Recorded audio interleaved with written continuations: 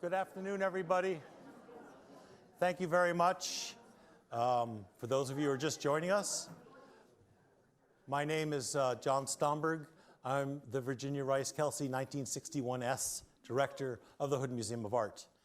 Thank you very much for coming out today. It's an incredible day for us all. We are so thrilled to have you here. We are thrilled to be open, and it worked. And so what we have now on the schedule before a reception is a conversation with the architects, and I'm going to let them speak and do a presentation. I promise you won't have to listen to me any longer. And then we'll ask a few questions at the end, but what we really want to do is after that, get back into the space, get back into the buildings, and Todd and Billy will be here and available to answer questions in the galleries if you still have something you'd like to talk about. So it is really a pleasure to introduce my friends, Todd Williams and Billy Chen, and they really have become friends through this process. It's my first time working on a project like this, and I had no idea what it was like, how much exchange is really, how much it really takes to pull off a project like this. But I also had no idea at the vast depth of what they could see was happening. And they described things to me, and I had no idea what they were talking about. And then they built it, and I said, oh, I see. You can see this or that or the next thing. It's just astounding how much they have in their heads. So it's my hope that in the next few minutes we get a little bit of that vast universe that's in their heads out to share with all of you. So with that, I'll turn it over to them. They're going to make a presentation. This is Billy Chen, Todd Williams, world-renowned architects right here in Hanover. So enjoy, and I'll be back when they're done with their presentation.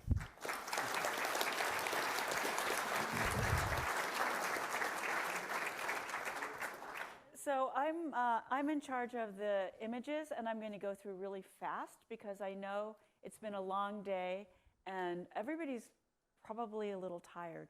So we just have about 30 images, but we'll go through them quickly, and a lot of it is really talking about the history of the Hood and how it got where it was and how it became what it is now. And Billy's in charge here. I think I had two ideas. One is to turn down the lights and allow people to leave quietly. The other one is to turn up the lights. I should say, as you guys were touring the galleries, we had to go up to the offices and make a phone call, and there's an image of Billy flat out in the couch in the elevator. And he slumped over on top of her. So I don't know if that'll get out on the net. I hope not. But Billy, go to it. And, all right. The green as it was in 1945. And then the designation of this area as the Arts Quad. No, I'm not saying anything. You all know Wilson Hall. And you may not have realized that the top floor of Wilson was really a gallery space. And people, I think they were displayed. I'm not sure they actually painted up there. Yeah, but we actually did think one of our early ideas was to connect a bridge to that space until we found out that we'd then have to renovate the whole building and that we couldn't afford to do either of the two. So in some ways, restraint is a good thing. Yes. So this is the construction of the Hop. And then the site for the future Hood. So this is a study model from Charles Moore. And let's see, does this work? You can see there were dormers on the wing there. You could point to that. It was even more postmodern and probably more elaborate. And when the budget got cut, that's why we got the galleries carpeted, and they shrunk a number of things that I think were a problem for it. And then, of course, you all remember how you entered the building, which was on this rather peculiar and interesting, but not necessarily beautiful way to get into the building. And there was, as we've talked about, that although there was a sort of an announcement of an arch there, it was a rather compressed arch. And we felt, as we thought about it, that in fact, instead of connecting well to the Hop, and instead of connecting well to Wilson, that if we disconnected those pieces, we'd give them space to breathe. So There is the arch that connects the buildings. Whoops, sorry. Oh, I'm going in the wrong direction. Well, the entrance, which was pinched to say the least, well, here it's circuitous. Once you made it through the arch, you then went around this strange incline. Those three of those windows are there. The reason we didn't continue all of them is that then they would have looked weird in the gallery, and I think exposed too much of the galleries inside. But and the mechanical plant is beneath that, which I think is the best visit of all, because it's a brand new mechanical plant and really elegant. But you can see this passageway was obscured by a false column right ahead of us, why Charles did that, to match the other one on the other side. And then an idea on the other side of not completing that arch, which is to the south. And we've taken the liberty of removing that false column and then completing the arch. And I should say, I don't know, we'll look up to Charles and see whether he's happy with that or not. But I think that the people moving through that space will be happier. So just to orient you, those first three windows are the three clear windows now that you look in from the atrium space. So all of this outdoor space was recaptured, at least a large part of it, and became the Russo atrium. And you could see the windows had shades on them because the light was simply too invasive. So in a way, they weren't really windows looking into the museum, even as he conceptualized that. Okay, I'm Then maybe clicking, that's but the I'm end not of it all. moving forward. Here we go, The entrance. the old entry.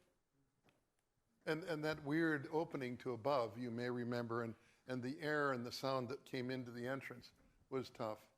And so we really simplified, and at the Barnes, we did this. We wanted to simplify and intensify the experience of the art itself, believing that if we kept to and respected Dr. Barnes and we respected Charles Moore, which we do, that we could do something that would not harm that experience. So I think one of the important things about opening up the entry is that it also opens up and makes connections with the campus to the rest of the town. Literally, this was a photograph of 2 hours ago. So By these Todd. are not exactly done but it was Greg who shot them. I asked him to shoot these. This is a wonderful passageway. I think John said he came in this way this morning. And then the pentagram's idea of carrying this sort of zip strip around the building is a nice one. The hood, yeah, they're the graphic designers. But opening that passage helped. And then opening that connection to the hop showed at least the sensual curve of the hop, and I think then creates a kind of an interesting choreography of movement through this space, which was then captured. Again, all of these were just an hour or two old, so they're not staged. It's actually, people are wanting to walk through that.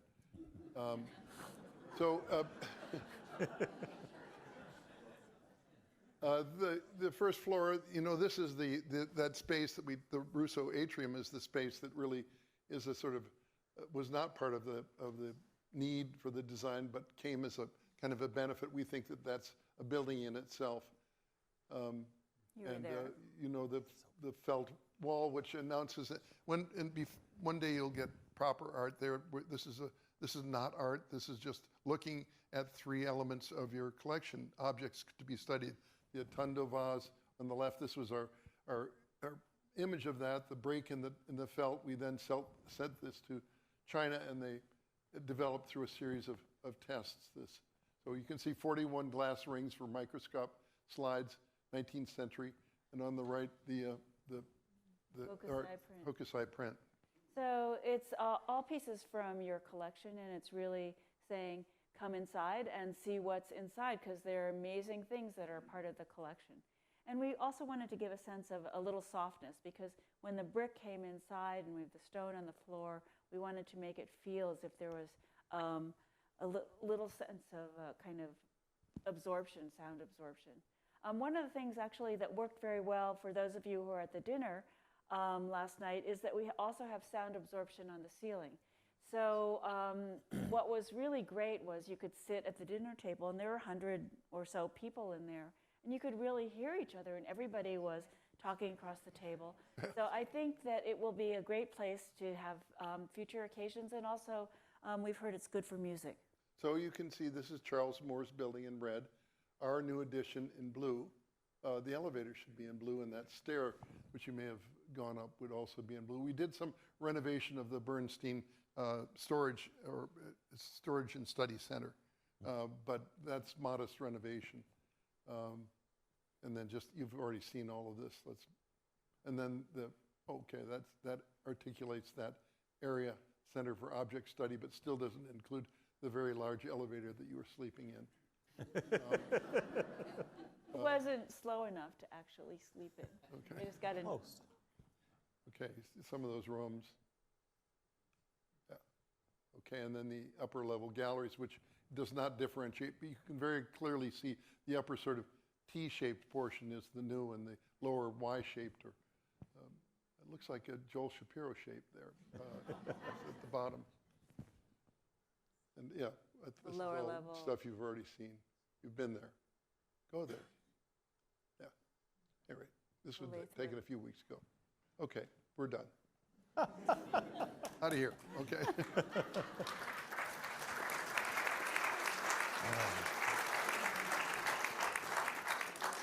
Thank you. They really do have more to say, so I'm going to have to try and pull this out. I was talking before about how I learned so much from working with Todd and Billy, and they would often explain things, and I was too embarrassed to say, what? And so it took a long time to get a sense for some of the way they talked. And one of the things that they explained to me early on is that their design process works from the inside out, which I really didn't understand, because I always figured you drew a big box and then you put stuff inside it. And somehow they weren't thinking that way. So I'd like to ask you if you could talk a little bit about your design process and what you mean by thinking about it from the inside out. Well, I think we care very much about the experience over the sense of making a sculptural object. And it's not that we don't care about the outside, but we do really start thinking about the experience. How do you feel when you walk in? What is the thing that you see? You know, where is the light? Where do you sit? And for Todd, it's very much of where do you move? In fact, it's a diagram of the difference between the two of us, because I'm the person who sits and he's the person who moves. And so between the two of them, we're trying to think of both a sense of rest and quiet, and a sense of a sort of excitement and movement. And that is always about the diagram from the inside. Once you start to think about that and start to lay that out, you come up with something that generally looks pretty ugly. Well, I want to say, yeah, it's like our insides. They don't look that beautiful, but they actually keep us going. I do think that when we were created more from the inside than the outside. In fact, all of these things are assembled, and it's our interior experience, our inner lives that are more important than our outer lives. It's our lives inside buildings that are more important than our external image, as many of us know. That stuff deteriorates, and as we grow older, we grow potentially a little wiser and richer as a human being, you know. And so I do think that it actually is correct. We misunderstand images. I was taught to architecture by studying the exterior in a way. Look at identify this building. It's always the exterior. And now today one goes more deeply in, but still today the power of the computer is generating structures from the exterior, and I'm deeply and profoundly against that. I'm sorry. I think that we, at least in our lives and the lives of those we affect, I think we'll want to think about things from the inside out, the experience always first and foremost. But I think one of the things I wanted to just sort of say is when you're left with that sort of ungainly kind of thing that happened when you tried to figure out how people would move through it, then we do look at the outside, and we do try to sort of shape it as a building, and then we go back inside. So it's really an iterative process. But I still would say, and one of the reasons our buildings look quiet is that at least I tell everyone in the studio, I don't want to put any single window in the building until I know what it's for. What is the purpose of the window? And one of the weaknesses, I'm sorry, of the postmodern world was that the images were developing these buildings. That's why the building lasted 33 years, much as I love him. It was not thought of, it was thought more of as a series of images connected, and thus the windows weren't in the right location, were bringing too much light into the galleries. And particularly in a museum, I dearly love and wish we had more light in the museum, but as we listen to your curators and think about their needs, we basically should think about these galleries as solids and then propitiously add the windows exactly where they should be, and then trust the building can be beautiful in other ways, like every person is beautiful because of who they are, not what they look like. That's it. Wow. That was a terrific answer. Thank you very much. And you used actually another word that you've used before that I wanted to query you about a little bit more. I've never thought of architecture in sonic terms, quite frankly. And I've heard both of you talk about quiet and the need to quiet down some parts, or working with Azadeh Rashidi, the project architect who really had so much responsibility for this building, saying, Oz, we need to quiet this part down. So could you talk a little bit more about what do you mean by quieting the architecture?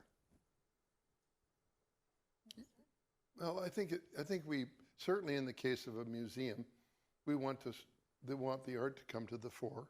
And so if you still the envelope, you have a better chance of looking at the art. That's really it. I mean, if I am, without Billy, probably I would be a noisy architect, in a lot of ways, and would be unbearable in all sorts of ways. But she certainly taught me the sort of stillness of her Asian vision, a kind of sense of, let's not speak until you have something to say, whereas the kind of guy I am, I say all sorts of things that I shouldn't say in the wrong time, the wrong place. And it's a lesson I've been learning all the years, these 40 years we've been together, that you better listen to her. And I want you're all witnesses. Yes. So then before we leave that question, without naming any architects, can you tell me what you mean by loud? Like if something was loud, what might you have done here that would have made it less quiet?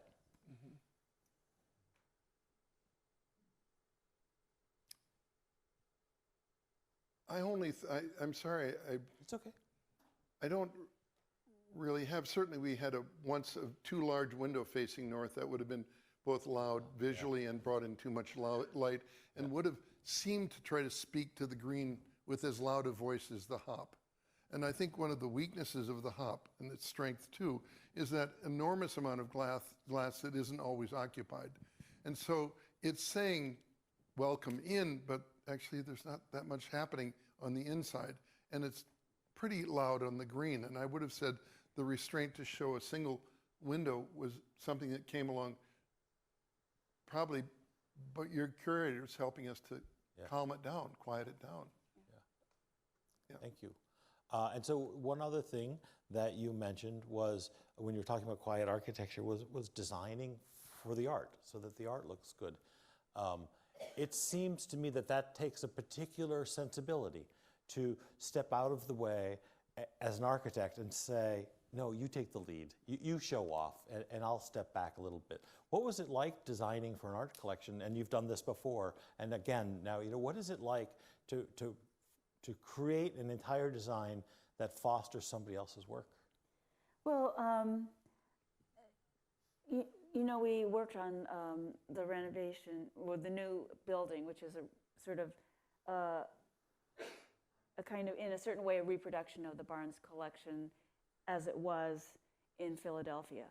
And it was an interesting lesson because we were given a set of rules, because those of you who know the collection know that it's hung in a very idiosyncratic way.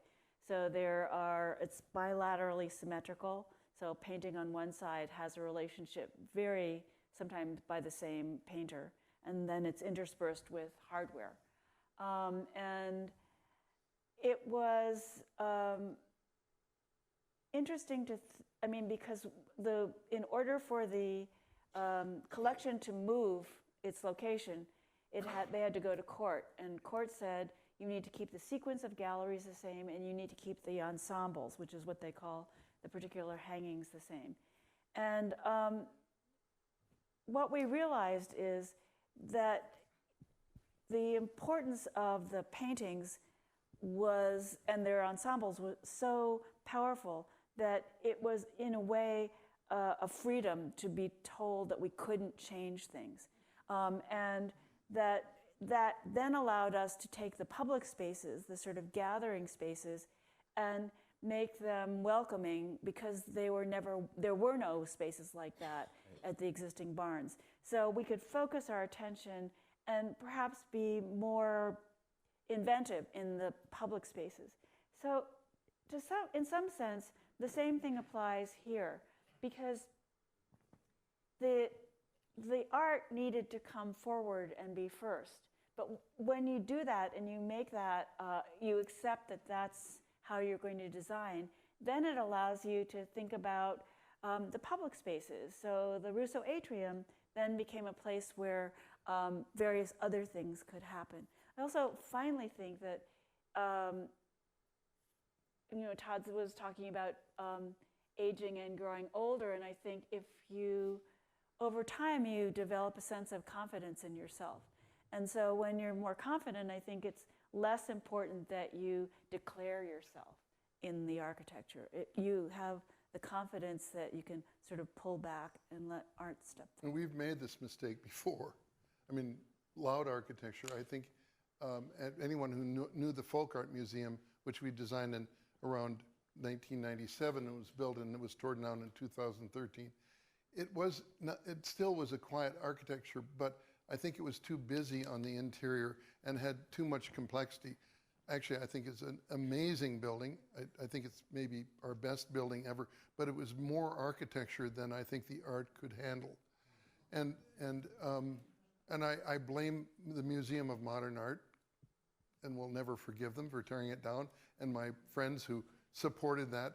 However, I also have to begin to think about what did we do that was complicit in this. So that's another growing pain. I remember, doing the sets and costumes for a dance 30 years ago for Elisa Monte, and we got a write-up in the New York Times for our set and costumes, and she didn't for her dance.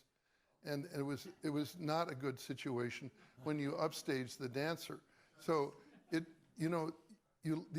this hurts. I mean, it may make you feel great, but also, what the hell? What am I doing in life if I'm, killing the very thing that gave me the chance to do the work? So I'm sorry, that's a tough lesson. Well, on behalf of the entire Dartmouth community, the most heartfelt thanks. You knocked it out of the park. The new hood is fantastic, hands down. Thank you very much.